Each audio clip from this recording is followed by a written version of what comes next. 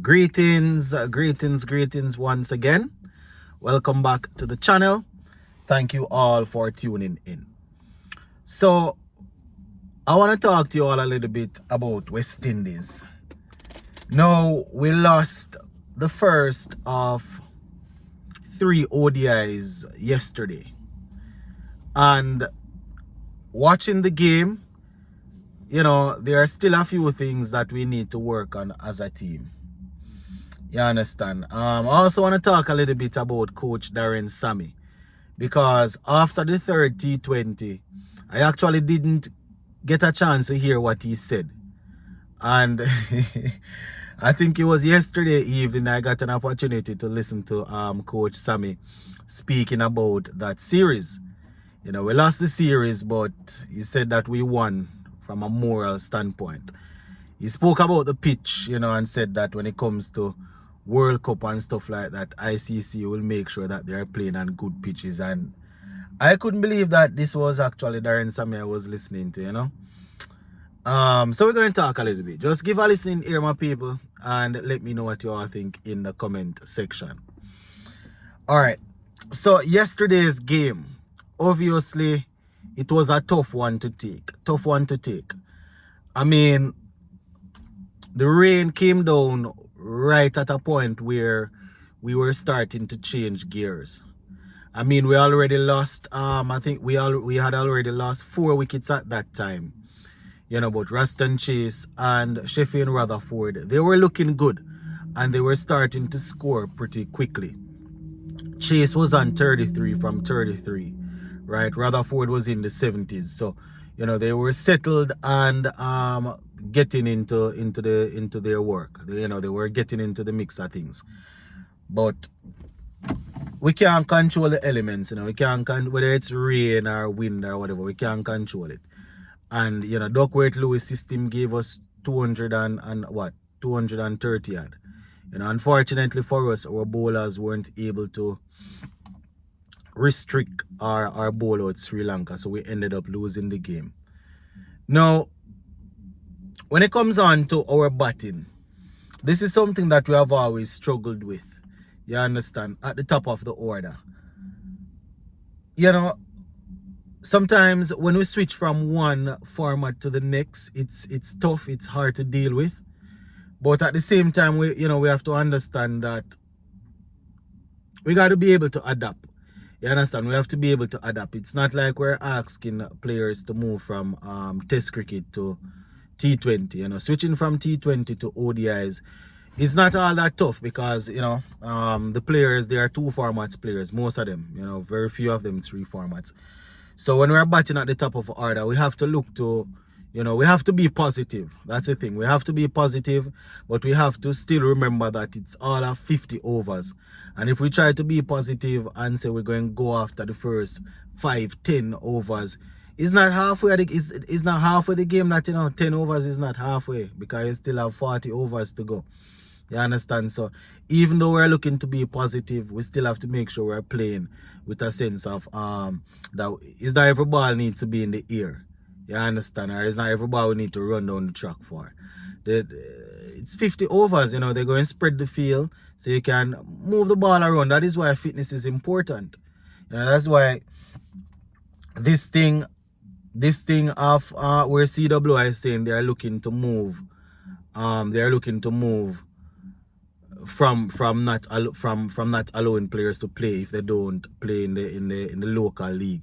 So saying that a man can play Test cricket even if he is not taking part in the 4-day regional championship. When these same sort of players, when they're playing ODI cricket, they can't run for half an hour. They can't rotate the strike for half an hour. You understand? So I don't know how the mindset is just not there. I think people going to automatically be able to switch like that, flip a switch when it comes on to Test. No.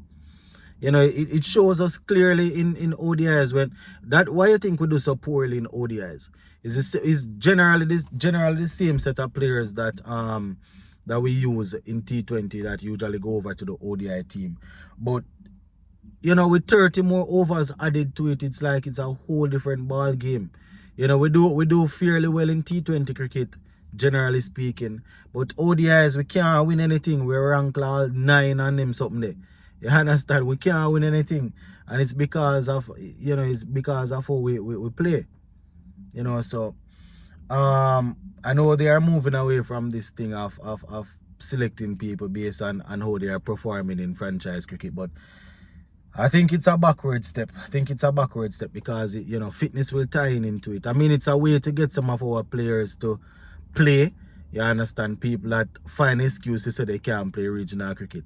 It's a way to get them to play, but it might be a case of the man them still going to say, boy, they want a break because of family and all of that. You understand? And then when you look at it, you open up a different kind of worm because people are not performing in the 4-day championship, going get in the test team based on just playing some franchise. It's all over the place. I don't even want to stray from the point too much. The series here against Sri Lanka, my people, I think the last 2 games that we have coming up, the final 2 ODIs, I think it's an opportunity for the players to go out there and show that they want to be taken seriously where test cricket is concerned. You understand that some of them, they're not going to want to play the 4-day championship because they don't have the time according to them. You understand? So it's game like these that they need to grab the opportunity with both hands and try to see if they can I can't even say get into the minds of the selectors because I don't know if we have a selector or we have selectors. I don't know. You understand? They scrap the whole the thing and say they're going to get selectors and all know. I don't know what's going on. I just talking blind. But these final 2 games, it's opportunity for the players to go out there and say, they want to be a part of the upcoming Red Ball series. So looking forward to them getting some work in. You understand? At the top of the order, we went with Brandon King and we saw a couple of guys, Brandon King and Artanes and them people, but I don't know my people. I said it after the final T20 that we played against Sri Lanka. Anyway, how we shuffle things around and move things around, it's general the same outcome because the problem is still there. Whether we have them batting at the top or in the middle, the problem of us not being able to face spin, especially on a track that is helping the spinners. You understand? It's that the problem will always be there. I remember once upon a time, a few people came from CW and said that they had a machine there, that bowling all different kind of spin. So when they have in their spin camp, they have the machine bowling and thing. You understand? But conditions will always be different. Conditions will be different. Intensity will be different. People tweaking the field will put you under different pressure. So that is a problem that we face when we don't have our top spinners, helping us in the regional cricket and in Super 50. When first class cricket and in Super 50 and everything. That when we don't have the spinners bowling to them, it's tough. It's really tough. Because we have Akil Hussain, who is primarily our best who is our best T20 spinner right now. You understand? I mean, Moti plays most of the first class cricket, 4-day CPL and Super 50. But you need quality spinners to be consistently testing the batsmen if they're going to be able to go up against good spinners overseas.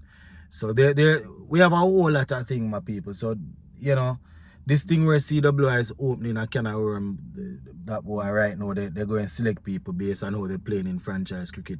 They didn't outrightly say it, but telling a man that they can be selected for a format even if they're not playing in the regional tournament, that's what you're basically opening the door for.